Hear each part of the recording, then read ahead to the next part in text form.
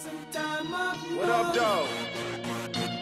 I want to welcome y'all to the most wonderful city in the world. Hey, Dateline can't count us out.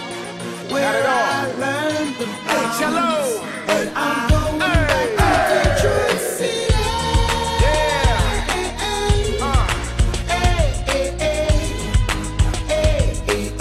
Welcome to Detroit City. West Side. 9:35 is the time. News Talk 1270 KIML. That's the radio station. My name is Glenn Woods. Who's on the phone? This is Mike Mankin. Yes, sir. Hey, I just wanted to let you know I went home here back to Michigan for a week last week, and I'm going to tell you what, this is a refreshing place to come to, because when you go to Michigan, everybody wants to fight and argue with you, and you can't even talk politics with them because they're so brainwashed right now, Glenn, you couldn't even imagine. If you went to Michigan, you'd just be having a hemorrhage. What gets me is it's not just a matter of Detroit. And what a shame. What a great city, what a great state, and it's absolutely falling apart around them. And they still don't get it? I mean, how bad does it have to be before they finally realize that what they're doing ain't working? I know people that are going to work for $9 an hour, working like slaves, and it's either you work your 25 hours or you don't get nothing. Probably the best thing, and I'd like your opinion on this, is to save these people, is to let it crash around them. What do you think? Oh, it's already crashed. I've seen it, and it's not getting no better. Right. And my one best friend I went to school with, 2 more years, he retires from GM, and you can't even bring up anything but Obama to him because they worship him there. What do you think the cause is, if you could guess?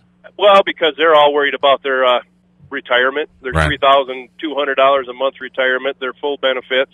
Well, and do they understand that they really haven't been saved from anything that's going to crash?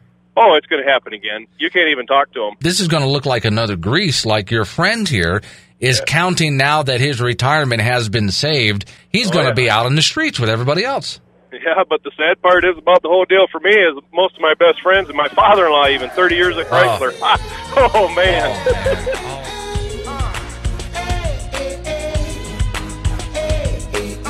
Welcome to Detroit City.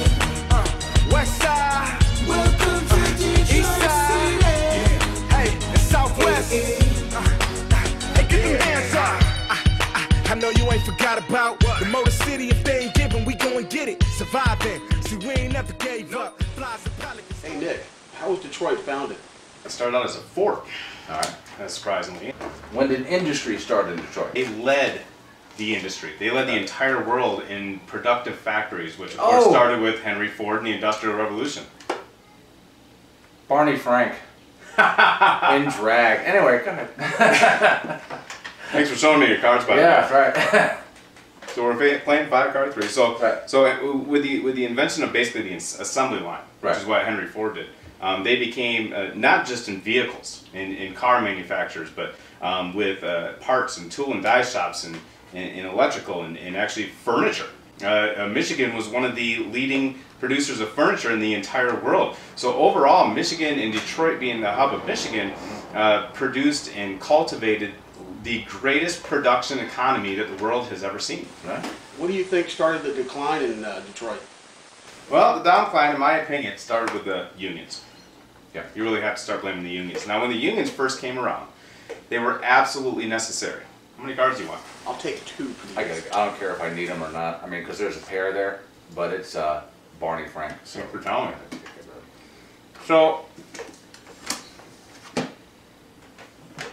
with the unions, when unions first came around, and I'm sure we agree, they were very needed. Yeah. But unlike, just like communism or just like many other things, they end up creating their own condensed wave that ended up creating a tidal wave and is now crashing down over the state of Michigan, and especially public sector unions and whatnot. But it's making it so that it's impossible for the companies to keep the jobs in Michigan because they just can't afford the workers anymore. So you think the unions went socialist? Yes. You lived in Detroit? I did. Okay. How long? As an adult? Yes, I did. Okay. What'd you do? What'd you do? What did I do? Just about everything that I could get my hands on. What I did was poor. Okay? I started being poor. And it's not because I didn't want a job. I went through temp job to temp job to temp job. I roofed houses. This wasn't in Detroit, but I picked apples in the fields. We can kind of condense this all in Michigan. I worked at a butcher shop for a while. I worked at a traveling tool place. A lot of it, G&M Wood Products, and then the list goes on and on and on. And a lot of it is the reason because everything's union back there. The union has to hire you when you've been in work for 3 months. Right. Okay. Well, at about 2.5 months, they get rid of you and get somebody else out of the temp service. And so you go job to job to job to job, and you end up being poorer and poorer and poorer because there's the time between the jobs. And you never end up being able to make it for yourself. All the way up to Motown. One of the greatest music producing companies that ever existed. Right there in Detroit. And Detroit still cultivates a lot of, decent music, and I'm not talking about Eminem, he's not from Detroit. Joe Louis, one of the greatest boxers of all time. Yeah. The 4 Detroit teams are one of the only 3 cities in America to have all original sports teams. I mean, Detroit's full of nothing but tradition. What happened to the work ethic in Detroit? I mean, it's gone. Detroit used to be the 4th most populated city in the country 15 years ago. And when this economic depression hit, they're now, somewhere in the 20s, somewhere around there. And so I think it's not the fact that the work ethic has gone down in Detroit, is I think the workers left Detroit. You left Detroit. I did. Work, yeah. I did, and I came out here, and so we came out here with $385 on a Greyhound bus, no place to live, no car, no job, and not knowing anybody. And in 7.5 years, we have been able to get a very good job. I ran for office. I'm now the owner of 2 businesses in this area because of that kind of work ethic that came out of there. And I'm very proud of that. What do you think is the future of Detroit? Unfortunately, because I'd love to see Detroit turn around and thrive, I don't think there is one. There's a crash. I think the crash is a complete crash. There's no building that airplane again. Right. Best thing to do is probably let it go. I see that they're buying a lot of lots up, and there's a lot of the torn down lots, and they're making them into gardens, and they're making a lot of articles on it and a lot of press, but it's not working. Okay, the gangs and the crime element in Detroit has really taken over. There's not a good part of town anymore until you get way out into the suburbs. They're bulldozing parts of the town. Sure, they're bulldozing historical buildings, beautiful buildings, beautiful architecture, some of the best architecture our country had. Because I believe that, it's never going to be the greatness that it was, and it's never going to recover beyond what maybe the size of Rapid City is right now. Right. So when I said on the air the other day is, what capitalism built, socialism has destroyed, right or wrong? Right. Welcome to Detroit City. West Side. Welcome to Detroit East Side.